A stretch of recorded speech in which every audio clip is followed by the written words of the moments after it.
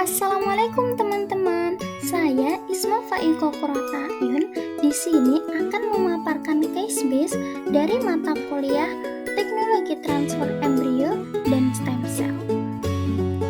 Pada case base kali ini diberikan kasus sepasang suami istri ingin memiliki anak melalui sistem IVF. Suami berumur 42 tahun dan istri berumur 37 tahun. Berdasarkan hal tersebut, maka bagaimana proses secara biologis perkembangan sel ovum untuk IVF? Sel telur yang telah dibuahi dengan diinjeksikan sperma, sel mulai membelah menjadi embrio multiselular mulai dari 2 sel, lalu pembelahan kedua menjadi 4 sel dengan blastomer yang setara dan masih dalam zona transparan. Pembelahan ketiga menjadi 8 sel dengan blastomer yang masih setara. Embrio mengalami pemadatan setelah tahap 8 sel. 16 sel dipadatkan lalu menjadi morula, disebabkan oleh peningkatan adesi pada sel-sel. Morula menjadi blastokista karena saluran natrium muncul di permukaan sel trofoblast luar. Natrium dan air dipompa ke dalam blastokista pembentuk.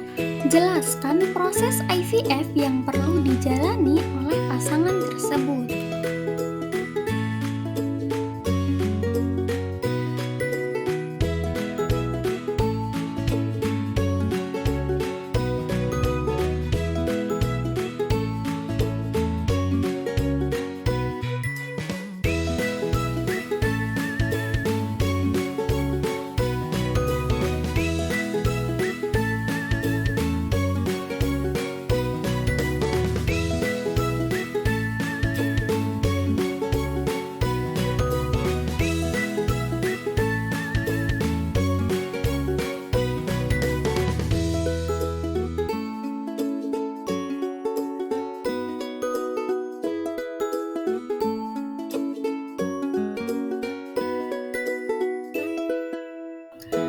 Untuk mengoptimalkan implantasi embrio dan kelanjutan kehamilan, suplementasi progesteron dimulai pada hari pengambilan oosit atau transfer embrio.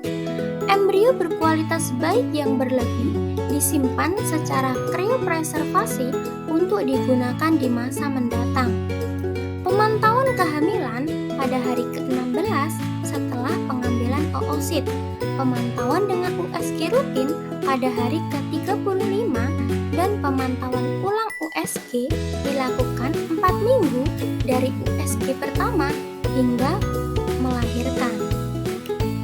Bagaimana kemungkinan keberhasilan IVF pada pasangan tersebut? Kemungkinan keberhasilan yakni berhasil namun dengan infertilitasnya lebih dari 6 bulan. American Society for Reproductive Medicine merekomendasikan tidak lebih dari 3 blastokista pada usia 38 hingga 40 tahun. Jumlah embrio tahap pembelahan yang lebih banyak dapat ditransfer karena kecilnya kemungkinan keberhasilan implantasi. Tidak lebih dari 2 embrio pada wanita berusia kurang dari 35 tahun. Tidak lebih dari 3 embrio pada wanita berusia 35 hingga 37 tahun. Apa aja sih faktor-faktor yang dapat menyebabkan kegagalan dan mengapa bisa terjadi? Obesitas.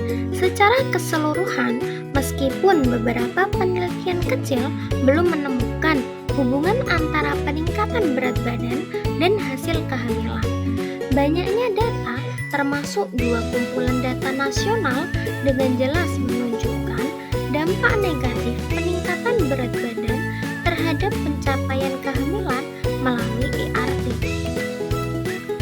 Disfungsi tiroid. Kelenjar tiroid paling sering dikaitkan dengan laju metabolisme. Namun, jelas bahwa hormon tiroid diperlukan untuk fungsi normal berbagai organ dan jaringan tubuh lainnya. Definisi hipotiroidisme masih kontroversial. Teknik transfer embrio. Teknik yang terkait dengan transfer embrio yang dipandu USG bervariasi dari satu klinik ke klinik lainnya. Ketika transfer yang sulit sedang berlangsung, visualisasi langsung merupakan bantuan yang signifikan. Fibroid rahim. Pasien dengan fibroid uterus yang menjalani 172 siklus IVF atau kisaran 1-9 upaya. Praktisi pasien yang terdistorsi atau memasuki rongga endometrium dapat disimpulkan bahwa pembedahan restorasi anatomi uterus adalah hal yang rasional mengingat data hasil yang negatif. Selain yang disebutkan, ada pula faktor lain seperti asap rokok, anomali uterin, faktor imun, dan trombofolia. Adapun daftar pustaka yang saya pakai sebagai berikut. Atas perhatiannya, terima kasih dan sampai jumpa. Wassalamualaikum warahmatullahi wabarakatuh.